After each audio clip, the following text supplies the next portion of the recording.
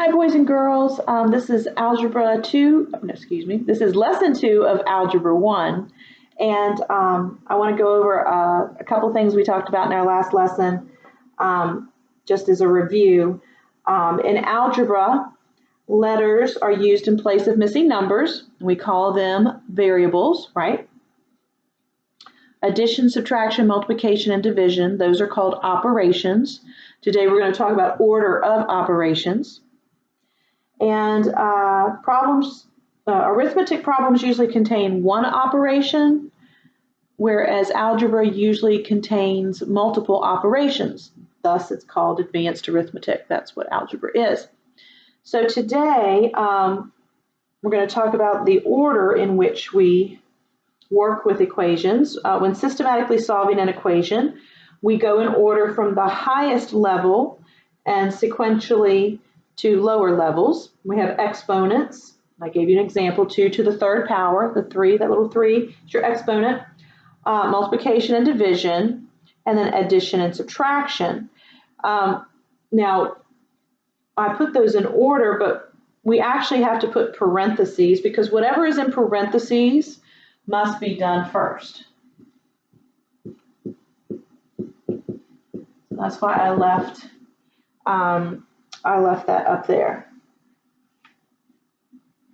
Okay. Now I try to, I like the little rhyme or a little song to help me remember this. P stands for please. E stands for excuse. M and D, my dear. A and S, Aunt Sally. Please excuse my dear Aunt Sally. And that helps me know what I want to do first, what I'm going to approach first in a problem. So when you have two operations, as you can see, multiplication and division, and I should have put divide here. Fix that, multiply or divide. Add or subtract. Yeah, okay. Where was I? Please excuse my dear Aunt Sally. So when I'm looking at an equation and you have two operations on the same level, you can see multiplication and division are on the same level. You see addition and subtraction are on the same level. That means they are equal in importance. And so when you are looking at an equation, you actually, if you have multiplication and division or two multiplication problems, you're going to work from left to right. So if you come to the division problem and then a multiplication problem, you're going to do the division problem and then the multiplication problem because they are on the same level. The same thing with addition and subtraction. You may have a subtraction problem come first and then an addition, and that's okay. You're going to do whatever comes first, left to right. Now, if you have a multiplication and addition operations in the same problem, you're going to do the multiplication before the addition. So you would do whatever's in parentheses, no matter what operation is in it, you do those first. Exponents come next. Multiplication and division, addition, subtraction. Please excuse my dear Aunt Sally. So let's do this example. I have 4 times 3 plus 4 squared minus 6 equals. So if I'm looking at my order of operations, please stands for parentheses. Do I have parentheses? I do have parentheses. So the first thing I'm going to do is what is in parentheses. 4 times 3 is 12. Everything else in my equation is going to stay the same. So 12 plus 4 squared minus 6 equals. All right, so now I've taken care of all the parentheses. Now I go to exponents. Do I have an exponent? I do. I have 4 squared. So I'm going to keep the 12, and I'm going to square the 4. And in algebra readiness videos, you should have seen this and know how to do this. So this just means 4 times itself twice. 4 times 4. And 4 times 4 is 16. So now I have 12 plus 16 minus 6. Multiplication and division are taken care of. I just have addition and subtraction. We're going to work from left to right. So first thing I would do is 12 plus 16, and I would get 28, minus 6 would give me the answer of 22.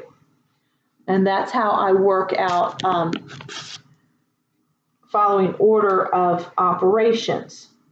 Now sometimes parentheses are added to organize and group the same kinds of things. So let's look at another problem here. This one.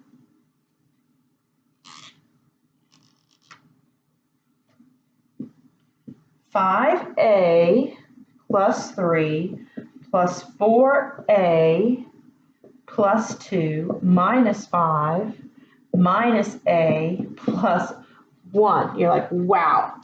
All right.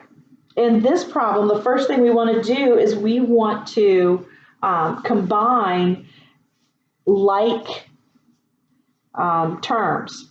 All right. So, and I'm going to back up there. So the first thing I'm going to do is everything that has an A attached to it, I'm going to put that in parentheses here. 5a plus the 4a minus a, all right? Then I'm going to put all the numbers that are by themselves. There's a 3 plus a 2 minus a 5 plus a 1. So now I'm going to do these and then these. So 5a plus 4a is going to be 9a, and 9a minus an a, or minus 1a, would be 8a. And over here I have 3 plus 2. Whoops, I forgot to put my 1 in there. 3 plus 2 is 5. 5 minus 5 is 0. 0 plus 1 is 1. All right, so this is actually, I have solved that problem. So that's how we do order of operations. And yes, there are lots more examples you could do, and in your workbook you'll find those.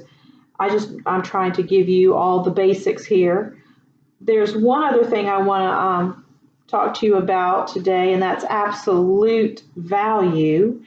And I'm going to write that up here. So the last thing we're going to talk about today is absolute value. Absolute value makes the final result positive. So you need to treat absolute value bars like parentheses. Maybe you've seen them, maybe you haven't. They look like this. And I've got some examples here. So let's go over these examples. Absolute value signs make the final result of the operations between them positive. When deciding on the order of operations, you treat absolute value bars like parentheses. So here we have absolute value of -3. Anything inside those bars is going to be positive. So this is +3. Okay. Here we have the absolute value of 3 is 3. Here we have the absolute value of -3, and we know already that that's 3, but then the negative comes in. So the absolute value bars make the -3 positive, but the negative sign takes effect after that fact, and so the answer is -3. Here we have the absolute value of 3, but then the negative takes effect, so this is also -3. So just wanted you to know that that absolute value is like parentheses. So when you see them, you treat whatever's inside like parentheses. Remember, anything inside the absolute value bars must be positive. Okay, have a great day.